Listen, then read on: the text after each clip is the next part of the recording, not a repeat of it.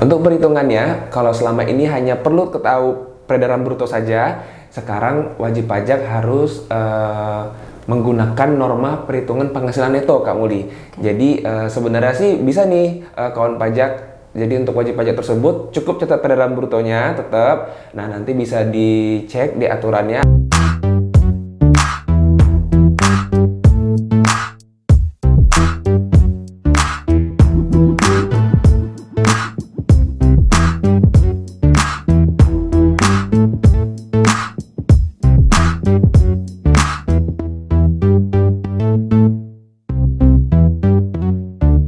Hai kaum pajak, berjumpa kembali di Podtext 402, podcast kekinian untuk masa depan.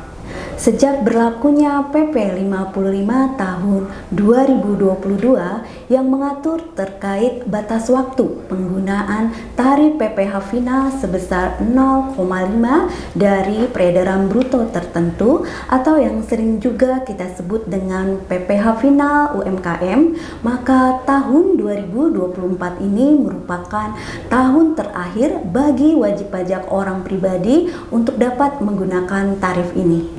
Lantas, bagaimana cara menghitung pajak penghasilan selanjutnya?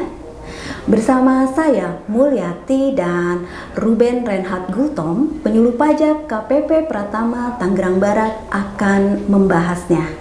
Kawan pajak, inilah Podtext episode penghitungan pajak penghasilan setelah tidak menggunakan tarif PPh final UMKM. Kak Ruben, dengan adanya PP 55 tahun 2022 ini, maka tahun ini yaitu tahun 2024 adalah batas terakhir bagi wajib pajak orang pribadi untuk dapat menggunakan tarif PPh final ini. Nah, ini maksudnya seperti apa Kak Ruben? Oke, baik Kak Muli. Jadi untuk yang dimaksud ya dengan PP 55 tahun 2022 disebutkan oleh Kak Muli tahun terakhir untuk orang pribadi ya Kak Muli ya. Namun sebelumnya mungkin bisa sedikit saya jelaskan kalau sebenarnya PP 55 tahun 2022 ini tidak hanya mengatur tentang batasan waktu penggunaan PPh final UMKM, tidak hanya untuk orang pribadi tetapi juga untuk badan. Di situ kita lihat ada PT Kak Muli, batas waktunya 3 tahun. Kemudian ada CV, ada firma, ada koperasi, ada juga perseorangan itu 4 tahun batas waktunya. Kemudian baru untuk orang pribadi itu 7 tahun. Nah, untuk kawan pajak yang dimaksud dengan tahun terakhir ya Kak Muli ya, itu 2024 adalah untuk orang pribadi yang sudah terdaftar sejak sebelum 2018 atau sejak sebelum 2018 terakhir 2018 ya Kak Muli ya, karena 7 tahunnya terhitung dari 2018 jadinya. Jadi kalau kawan pajak hitung 2018 sampai 2024 itu 7 tahun, sehingga tahun ini adalah tahun terakhir untuk menggunakan PPh final dari UMKM ini Kak Muli. Nah, tarif PPh final ini sebesar 0,5% atau sering juga kita sebut dengan tarif PPh final UMKM. Ini dikenakan bagi wajib pajak yang omsetnya tidak melebihi dari 4,8 M. Nah, bagi wajib pajak yang sudah tidak menggunakan tarif ini, Kak Ruben, bagaimana cara penghitungan pajak penghasilannya? Oke, baik Kak Muli, karena fokus kita ini kan untuk orang pribadi ya Kak Muli ya. Nah, jadi kita lihat dari perhitungan yang selama ini sudah berjalan untuk orang pribadi yang menggunakan PPh final UMKM, kan cukup peredaran bruto dikali dengan 0,5% ya Kak Muli ya. Dengan penghasilan di bawah 500 sampai dengan 500 juta itu tidak dikenai pajak penghasilan tersebut. Nanti kalau sudah di atas 500 juta baru bagian dari penghasilan yang di atas 500 juta itu dikenakan 0,5%. Nah, kamu berarti untuk tahun 2024 orang pribadi sudah tidak bisa yang sudah melewati 7 tahun tadi ya Kak Muli ya.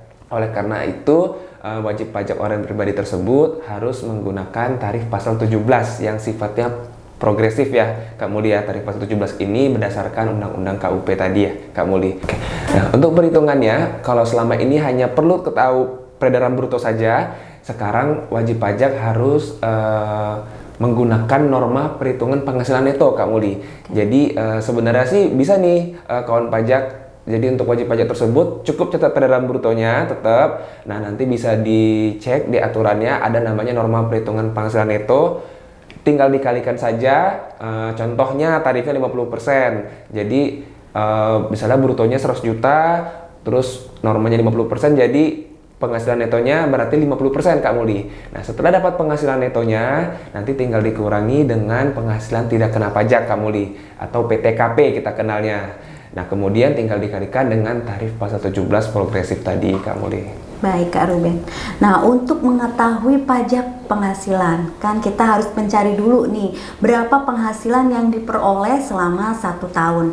Nah, untuk orang pribadi ini, Kak Ruben, apakah dia harus melakukan pembukuan yang mungkin ada sebagian orang pribadi belum mengerti ya apa itu pembukuan, beda dengan wajib pajak badan. Nah, apa yang harus dilakukan? Kemudian besarnya penghasilan tidak kena pajak, Kak Ruben, itu berapa, dan untuk tarif progresifnya seperti apa? Oke, baik, Kak Muli. Jadi sebenarnya untuk wajib pajak orang pribadi dengan penghasilan sampai dengan 4,8 miliar itu masih boleh menggunakan pencatatan ya, Kak Muli ya. Jadi kalau udah lebih dari 4,8 M baru wajib pembukuan. Beda kalau badan usaha ya, Kak Muli, itu tidak ada pencatatan. Mereka wajib menggunakan pembukuan untuk wajib pajak badan. Nah, untuk wajib pajak orang pribadi mungkin sulit ya, Kak Muli ya. Kadang ada yang langsung pembukuan kan lebih susah ya, Kak Muli ya. Jadi bisa tetap menggunakan pencatatan tadi seperti yang sudah saya sebutkan. Dicatatkan aja brutonya seperti dulu menggunakan PPh final UMKM. Nah, nanti dikalikan dengan norma tadi ya. Setelah dapat norma kan udah dapat ya, Kak Muli, penghasilan netonya. Ya kan? Ketika sudah dapat penghasilan neto, nah silakan dikurangi dengan PTKP atau penghasilan tidak kena pajak. Nah, sampai untuk aturan sampai saat ini penghasilan tidak kena pajak itu untuk dasarnya penghasilan tidak kena pajak setiap orang itu mendapatkan 54 juta, Kak Muli. Jadi statusnya itu kita anggap di situ tidak kawin tanpa tanggungan. Nah, setiap pertambahan status itu ada bertambah 4,5 juta, Kak Muli. Jadi contoh kita nambah status kawin ya, Kak Muli ya, itu nambah 4,5 juta jadi 58.500.000. Nanti kalau ternyata ada tanggungan anak satu misalnya nambah lagi 4,5 juta. Jadi kalau kawin satu tanggungan itu jadi 63 juta. Nah, terkait aturan detailnya PTKP-nya itu nanti ada lagi ya diatur, Kak Muli, tapi untuk secara sederhananya seperti itu. Nah, kemudian nanti setelah mendapatkan nilai penghasilan kena pajaknya ya, Kak Muli ya. Jadi penghasilan neto dikurang penghasilan tidak kena pajak itu kita sebut dengan penghasilan kena pajak. Nah, dari sini kawan pajak bisa mengalihkannya dengan tarif progresif itu di pasal 17 tadi ya, Kak Muli ya. Kita biasanya bilangnya tarif pasal 17 ya, Kak Muli ya. Nah, di situ ada lapisan-lapisan progresifnya dari 5% untuk range sampai dengan penghasilan sampai dengan 60 juta. Nanti ada 15% dari range penghasilan 60 sampai dengan 250 juta. Kemudian 25% 250 sampai 500 juta. Kemudian 30% 500 juta sampai dengan 5 miliar. Dan 35% untuk penghasilan di atas 5 miliar. Baik, Kak Ruben. Nah, ini yang sudah tidak menggunakan tarif PPh final, kemudian akan membayar pajak penghasilan setiap bulannya. Nah, untuk penggantinya kan sekarang kita sebut dengan PPh pasal 25 atau angsuran PPh pasal 25. Nah, untuk menentukan besarnya PPh pasal 25 ini bagaimana, Kak Ruben? Dan kapan batas waktu untuk dilakukan pembayarannya? Oke, baik, Kak Muli. Jadi untuk angsuran PP 25 ya biasa kita kenal ya, Kak Muli ya. Kalau mungkin yang wajib pajak badan sudah banyak nih, sudah lumrah ya. Mungkin orang pribadi masih ada yang belum atau jarang mendengar angsuran PP 25. Jadi Kak Muli, setelah kita melaporkan nanti SPT untuk tahun 2025 ya, Kak Muli ya. Berarti kan dilapornya di 2026. Nah, di situ akan terlihat nilai PPh terutangnya Kak Muli. Nah, jadi sebenarnya yang dimaksud dengan angsuran itu kita cukup bagi 12 aja Kak Muli nilai PPh terutangnya. Kemudian nanti di tahun 2026 setelah lapor SPT tahun 2025 tadi itu akan menjadi angsuran kita mulai dari masa setelah kita lapor SPT tadi Kak Muli. Jadi kalau misalnya gampang aja Kak Muli, PPh terutang kita misalnya 6 juta. Terus tinggal kita bagi 12, berarti kan dapat 500.000 ya. Jadi mulai mungkin Maret 2026-nya kurang lebih ya Kak Muli ya. Kalau dia lapor SPT-nya Maret 2026, nanti bisa mulai Kak Muli setornya 500.000. Nah, disetornya kapan kawan pajak? Bisa disetor itu maksimal tanggal paling lambat ya Kak Muli ya, tanggal 15 bulan berikutnya. Jadi masih sama Kak Muli batas waktunya dengan penyetoran PPh final UMKM. Nah, sebagai tambahan ya mungkin Kak Muli ya, untuk tahun pertama menggunakan tarif pasal 17 itu wajib pajak belum wajib untuk melakukan angsuran PP 25 karena kan di SPT 2024-nya belum ada ya perhitungan angsurannya ya karena masih PPh final ya. Nah, cuman kawan pajak jangan sampai di awal 2025 nanti masih nyetor PPh finalnya tadi Kak Muli ya, kecuali memang yang masih bisa menggunakan PPh final yang masih dalam jangka waktu 7 tahun tadi. Tapi untuk yang sudah lewat jangka waktunya jangan disetor, nanti jadi salah setor ya Kak Muli ya, seperti itu. Baik Kak Ruben, tadi kan Kak Ruben sudah menjelaskan untuk penghitungan pajak penghasilan orang pribadi. Nah, untuk penghasilan wajib pajak badan ini seperti apa penghitungannya Kak Ruben? Oke, untuk yang badan ya kali ini Kak Muli ya. Nah, jangan lupa kawan pajak tadi kalau untuk yang badan jangka waktunya sedikit berbeda ya Kak Muli ya. 4 tahun dan 3 tahun ya, seperti yang tadi sudah dijelaskan.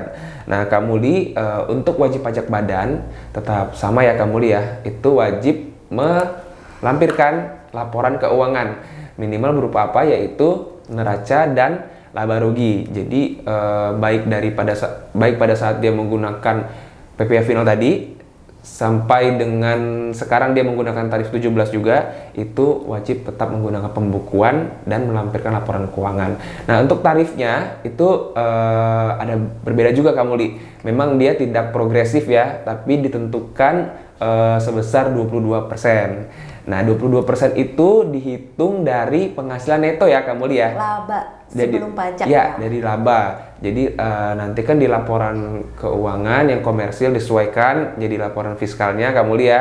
Dapatlah nanti labanya berapa dikalikan tarif 22%. Dan untuk yang omsetnya masih di bawah 50 miliar ya, sampai dengan 50 miliar ya Kak Muli ya. Itu nanti ada fasilitas kawan pajak menggunakan tarif pasal 31E Kak Muli. Undang-undang PPh ya.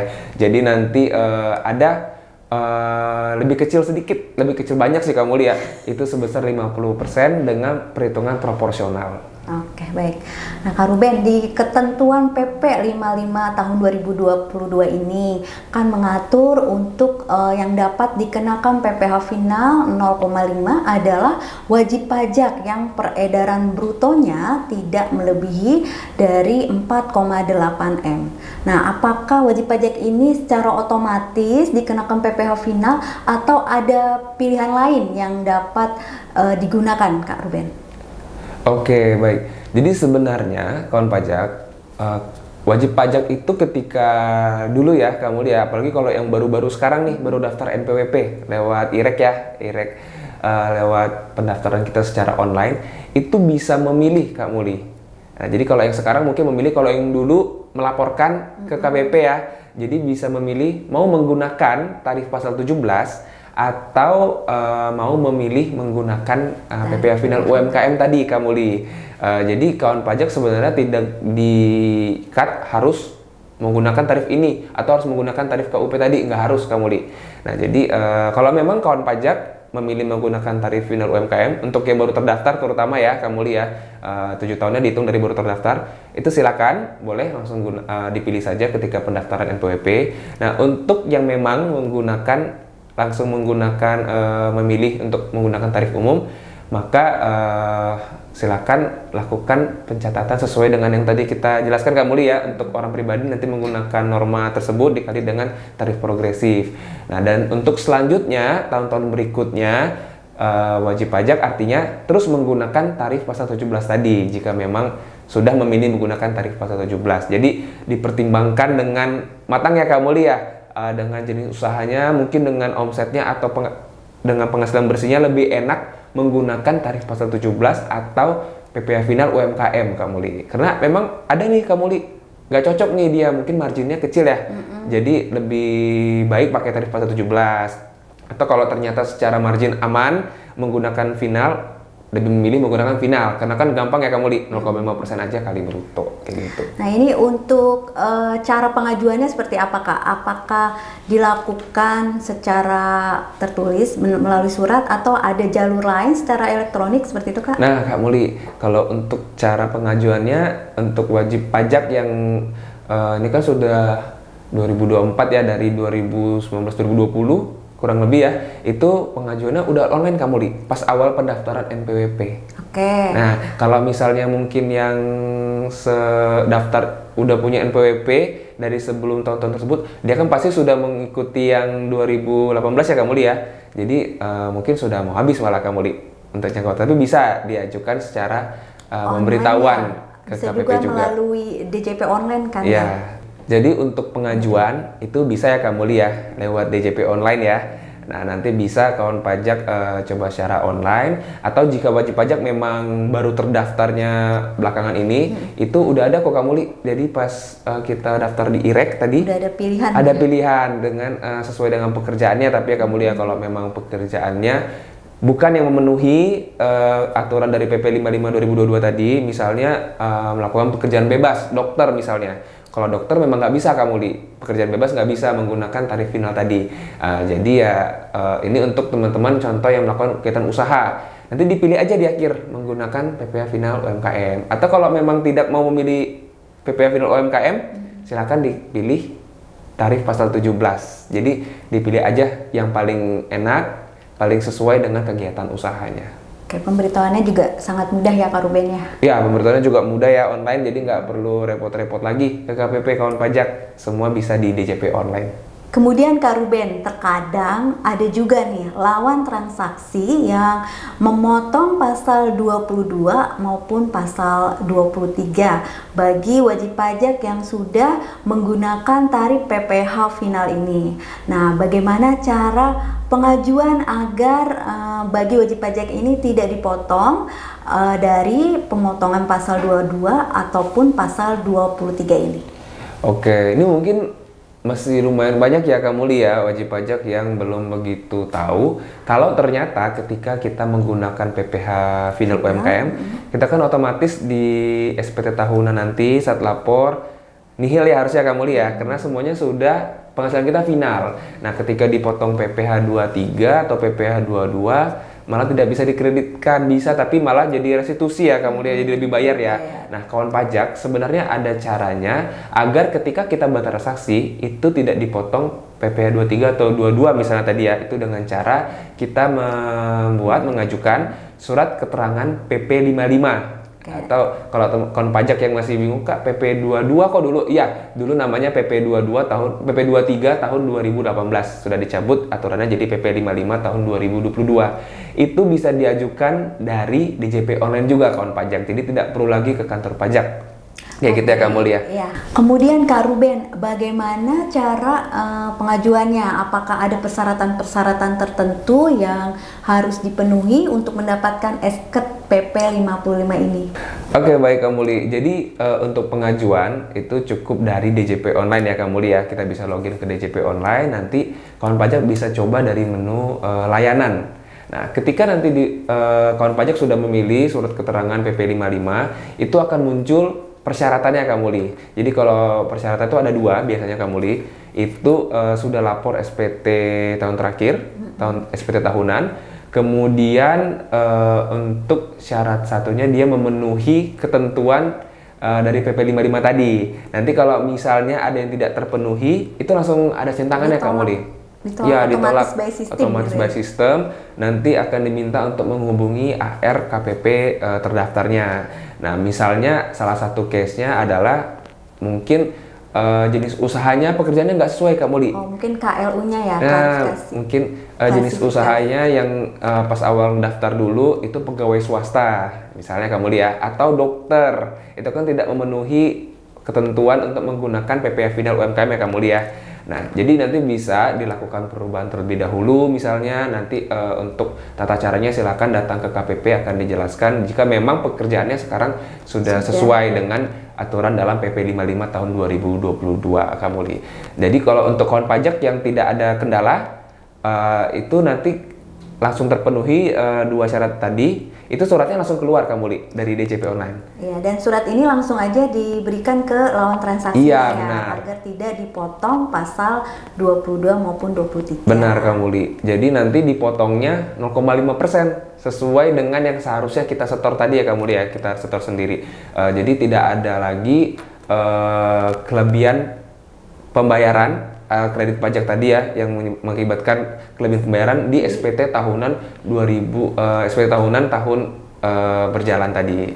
Jadi lebih baik kita juga menyarankan seperti itu Kak Muli ya.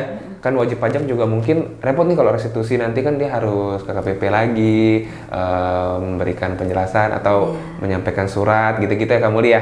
Jadi lebih baik boleh dicoba digunakan di DJP Online surat keterangan PP 55 gitu ya. Esket PP 55 nanti suratnya gitu ya. Baik Kak Ruben, nah untuk kode jenis pajak nih Kak Ruben, biar tidak salah kawan pajak pastinya kan belum mengetahui kode jenis pajak setelah beralih dari PPh final kemudian untuk membayar PPh pasal 25. Nah, kode jenis pajaknya seperti apa nih Kak Ruben? Oke. Ini untuk pembayaran ya Kak Muli ya. Jadi untuk kawan pajak yang selama ini menggunakan PPh final pasti membuat kode billingnya itu kode akun pajaknya tentu PPh final ya Kak Muli ya, dengan angkanya 411128. Kemudian kode jenis setorannya 420 ya Kak Muli ya. Nah, nanti kawan pajak yang mau setelah berakhir menggunakan angsuran ya Kak Muli ya, atau menunggu SPT tahunan nanti juga boleh, itu kode akun pajaknya jangan pakai PPh final lagi Kak Muli. Jadi menggunakan 411125 untuk orang pribadi. Nah, nanti kalau untuk yang badan silakan gunakan 411126 Kak Muli ya. Jadi PPh 25/29 orang pribadi atau badan, nanti kalau pas buat billing itu kelihatan tulisannya Kak Muli.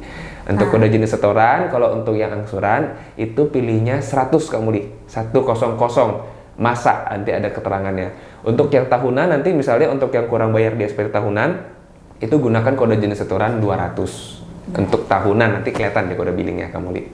Oke Kak Ruben, sepertinya sudah jelas penjelasan dari Kak Ruben. Tapi mungkin Kak Ruben ada pesan terakhir yang ingin disampaikan untuk kawan pajak Kak Ruben. Oke, kalau pesan mungkin yang paling utama dan terutama ya Kak Muli ya, untuk kawan pajak tetap lakukan kewajiban perpajakan sesuai dengan aturan yang berlaku ya Kak Muli. Contohnya jika memang dibayar sebelum tanggal 15 bulan berikutnya, lakukanlah sebelum tanggal 15 supaya terhindar dari sanksi administrasi juga Kak Muli ya. Jadi untuk kebaikan dari wajib pajak juga, dari kawan pajak juga Kak Muli. Untuk selebihnya kawan pajak silakan tetap penuhi kewajiban perpajakannya dengan baik. Oke Kak Ruben. Baik kawan pajak, dengan pesan terakhir yang Kak Ruben sampaikan, maka kami cukupi dulu podcast kami kali ini. Semoga bermanfaat. Terima kasih. Sampai berjumpa kembali di podcast kami berikutnya. Podtex 402, podcast kekinian untuk masa depan.